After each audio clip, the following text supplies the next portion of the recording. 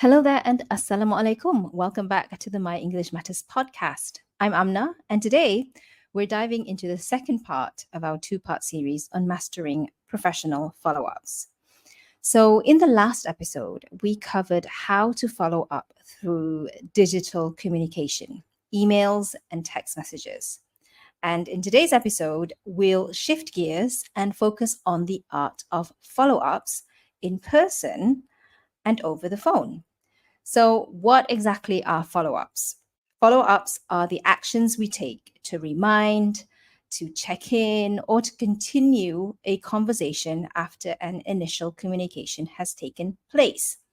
So, they are vital in ensuring tasks get completed, decisions are made, and relationships are maintained. Now, let me recap why I chose to talk about follow ups. Recently, I had to follow up with a team member about a task that was still pending. She hadn't been feeling well, so I wanted to be sensitive in my approach, ensuring that I didn't come across as pushy or insensitive. Now, this situation reminded me of how crucial it is to strike the right balance between being professional yet empathetic in our follow ups. So, my previous episode focused on digital follow ups, such as texts and emails. But now, let's shift to non digital methods like in person conversations and phone calls. Whether it's a client call, a face to face meeting with your boss, or even catching up with a team member in the hallway, knowing how to handle these situations effectively can help you build strong professional relationships and make sure things get done. So let's get started. All right, now let's start with phone call follow ups. Now, phone calls may seem daunting, which basically means challenging or even intimidating or scary, but they're often the fastest way to get a response, obviously. Now, sometimes after following up with more than a few emails or text messages, calling someone may be your last resort. So, when calling for a follow up, remember these few tips. Number one is to prepare ahead. Have a clear idea of what you need to discuss. Jot down key points and any questions you have. This is especially important if you're following up with your boss or with upper management, as they may be very busy. Being prepared shows respect for their time and helps ensure the conversation is productive. Tip number two is to be direct, but still polite. So start with a friendly greeting, then quickly get to the point. So, for example, hi, Karen. I wanted to follow up on the project we discussed last week. Do you have any updates? You could also ask, is this a good time to talk? And only proceed if they sound like they're open to talking. And then tip number three is to use a positive tone. So, smiling while you speak can make your tone more positive and engaging. Even over the phone, it is important to project warmth and professionalism, even if they can't see your face. If you're not a person who usually smiles, just use the pitch or tone that you'd normally use when you are in a positive mood. Number four, listen carefully. Pay close attention to the response and be prepared to adjust based on the other person's feedback. All right, so I'm going to share with you a few phone call follow up scenarios and examples. Right, so the first scenario is following up after a job interview. Now, it's often a good idea to start by following up via email. I talked about this in my previous episode about following up via email. So, what happens if you've sent them an email and they haven't responded to you, right? So, if you haven't heard back after a reasonable amount of time and you genuinely feel that you did well in that interview and you deserve to be considered, you can follow up with a phone call. This can serve as a polite nudge and demonstrate your continued interest in the position. So here's what you can say over the phone. Hi, Karen. This is Amnah. I was interviewed for the marketing executive role a few days ago. I hope you're doing well. I just wanted to follow up on our interview and see if there have been any updates. I'm still very interested in the role and I would appreciate any information you can provide. So just wait for them to respond and keep the conversation going if necessary. And don't forget to end with a thank you. Now, this approach shows persistence and enthusiasm while also respecting the interviewer's time. It's a good balance of professionalism and eagerness. Right. Example number 2 is following up on a proposal with a client. Say, for example, you are a garden consultant and you have given a proposal for a kitchen garden project to your client and potential client, and you want to follow up. You can pick up the phone and say, "Hi, Karen." I'm going to use Karen for all my examples today, just in case you're wondering. So, "Hi, Karen, this is Amnah. I sent a proposal last week for the kitchen garden project. I wanted to see if you had time to look at it. Do you have any questions or need more information?" Now, this follow up is effective because it serves as a polite reminder of the proposal, and it shows continued interest in the project and opens the door for any questions or clarifications. It keeps the conversation professional and ensures the project remains on the radar without being too forceful. All right, my last my third one, I have one more after this, is following up with a superior for a decision. All right. I also talked about this in my previous episode about following up with a boss or somebody higher up in the organization, like your boss's boss, and you need their approval on something. I would say follow up with an email first, right? So you can listen back to the episode that I did about following up via email. And then if they still don't respond and you need their decision urgently, then that's a good idea to just give them a quick call. So you could say, "Hi, Karen, this is Amnah. I hope you're doing well. I wanted to quickly follow up on the project proposal I submitted on Monday. I'm happy to provide any additional information or clarifications. Just wanted to check in and see if there's been any progress on the approval." Now, this approach is polite, it's respectful of your boss's time, and leaves room for any questions or further details they may need. Now, just to take note, you don't need to mention how many times you followed up with this person, whether it's your boss or it's a colleague or whoever it is. Just simply assume that the person may not have had the time to read your email or respond, and that it wasn't an intentional decision for them to ignore it, even if it may feel that way. So, approaching the follow up with this mindset helps you stay professional and understanding. All right. So, my last example is following up with a vendor on a pending order. "Hi, Karen. This is Amnah. I hope you're doing well. I'm calling to check on the status of my order placed on Friday, 6th September with order number 1234. Could you provide an update on the estimated delivery date? I'd really appreciate it." So this version is clear, it's polite, and asks for the necessary information without being too formal. Now, I know that I mentioned not to mention how many times you followed up with a person, but there are times where you do need to mention how many times you followed up. And maybe you could be frustrated, especially if you're dealing with a vendor or you're dealing with somebody that you've paid and they're not showing any signs of response to you. So you could say that you followed up many times already, you have not heard from them, right? It's not bad, but you just have to be aware that this could come across as a bit aggressive, right? And if your intention is you don't want to be aggressive, it's just assume that they've not had the time to read your email or respond. All right. So you got to look at your intention. Do you intentionally want to show your frustration, or do you not? Do you want to just keep it professional? So if you want to keep it professional, you don't have to mention how many times you followed up with that person. Okay, now let's move on to face-to-face follow-ups. Now, face-to-face follow-ups can feel more personal and impactful. They are perfect for in-depth discussions and building rapport. Now, here are a few tips about face-to-face follow-ups. Number 1 is to choose the right time. Timing is key. You don't want to intrude when someone is busy with lunch, or they're in the middle of a meeting, or they're on the phone or something, or maybe it's late in the afternoon and they might be rushing to go home. So make sure that the person isn't too distracted. You could politely ask them, "Is now a good time to discuss the project or the task?"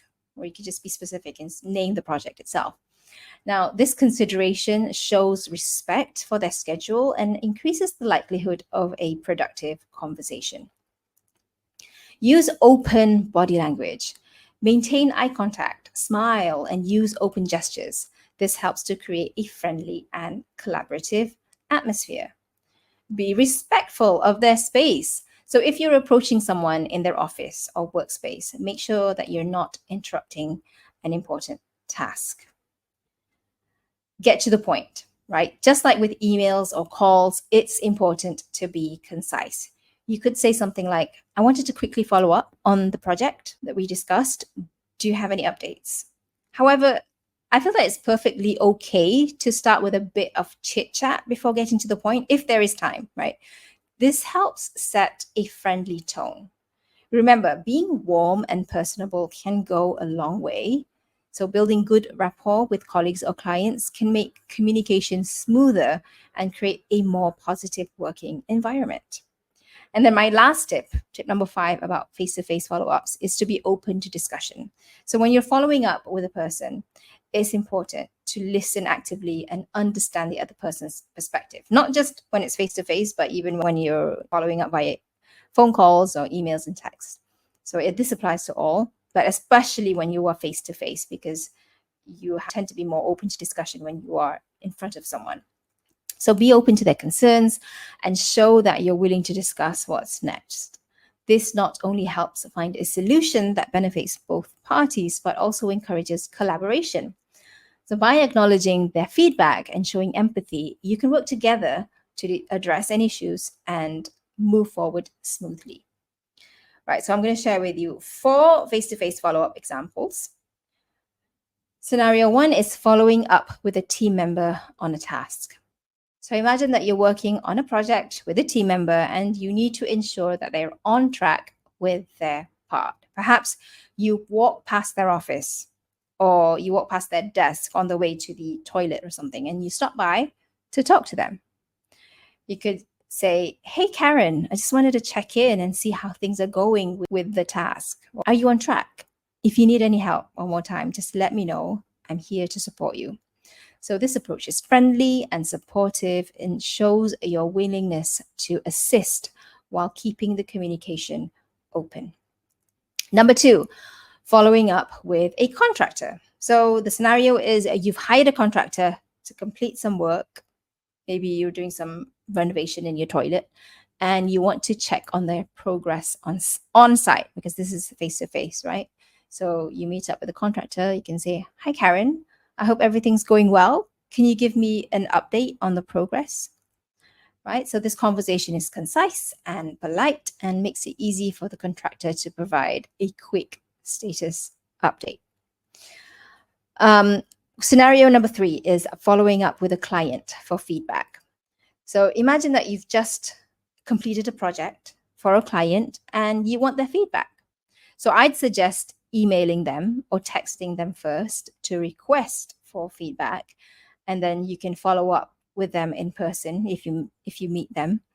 And if you're not able to email or text them in advance, that's fine too, but just let them know that they can provide their feedback by replying to your email or replying to your text. So you could say, hi, Karen, I hope you're happy with the project we completed. Whenever you have a moment, I'd love to hear your feedback. Your thoughts are really important to us. You can just reply with your feedback via WhatsApp if that's easier. Now, this approach encourages the client to share their feedback and highlights the importance of their input. It also highlights how easy it is to provide feedback. Just a simple text message via WhatsApp. So when we are asking for favors from people, it's best to make it as easy as possible for them to get it done. And then number 4 is following up with a colleague for a meeting. So imagine that you're trying to schedule a meeting with a colleague and you need to confirm the time. So maybe you meet them at the pantry and then both of you are making coffee at the same time, right? So you could say, hey, Karen, I just wanted to confirm our meeting on Friday at 4 p.m. Does that still work for you? I'm looking forward to it. So this conversation confirms the meeting details and gives the colleague a chance to make adjustments if necessary. So whether following up in person, via phone call, text, or email, the key is to sound warm, professional, and assertive. If you find that you're warm in writing but come across as cold in person, I have a few tips for you. So some of our students are great at writing emails, but struggle to convey that same warmth when speaking face to face. This could be due to English being their second language, or perhaps they're simply unaware that they seem distant. Now, it also might be just a personality trait that makes it challenging to appear more approachable and warm. Here are 5 tips to make your follow-ups warmer in person. Smile and use open body language. So a genuine smile and open posture can make you seem more approachable and friendly during the conversation. Now, if smiling or making eye contact feels unnatural or uncomfortable, focus on maintaining open and engaged body language. You can still convey warmth through your tone, your posture, and having an attentive presence. And also, if cultural or religious reasons affect how you interact with a person, especially if it's the opposite gender, you can ensure that your body language remains positive and friendly and use other ways to show engagement and approachability. So another way that you can sound more warm is by expressing enthusiasm and appreciation. So use positive language and express gratitude. For example, you could say, I'm really looking forward to working on this, or thanks so much for your time on this. My third tip for being warmer in person is by showing genuine interest. So ask about the other person's thoughts or feelings on the matter to demonstrate that you care about their perspective. And number 4, my 4th tip is to use warm and encouraging words. You can replace neutral or formal phrases with more conversational ones like, I appreciate your help with this, instead of, please address this issue. All right. So I hope that was helpful. Now, as we wrap up these 2 episodes, we've explored a variety of strategies on how to follow up effectively, whether in writing, over the phone, or in person. We discussed how emails and texts can be used for polite and concise follow-ups, while phone calls allow for quick, direct communication, and face-to-face meetings offer a more personal touch. In each scenario, being clear, respectful, and mindful of the other person's time is a key to successful communication. At the same time, it's important to remember that while getting to the point is essential, building genuine relationships can make all the difference. Whether you are following up on a job interview or a project with a colleague, asking the right questions, listening to concerns, and being open to finding solutions that work for both parties can help things move more smoothly. And we've also touched on the importance of timing. Choosing the right moment to reach out is just as important as what you say. Don't interrupt someone during lunch or when they're about to leave for the day. And whenever possible, prepare ahead so you know exactly what you want to discuss. Now, I hope these episodes have given you practical tips that you can use to feel more confident in your English communication. Every interaction is an opportunity to improve, so keep practicing. If you've enjoyed these discussions, share them with others who might benefit, and be sure to tune in for future episodes of the My English Matters podcast. Thank you for listening, and until next time, keep honing your skills and showing up with confidence. Bye now, and Assalamu alaikum.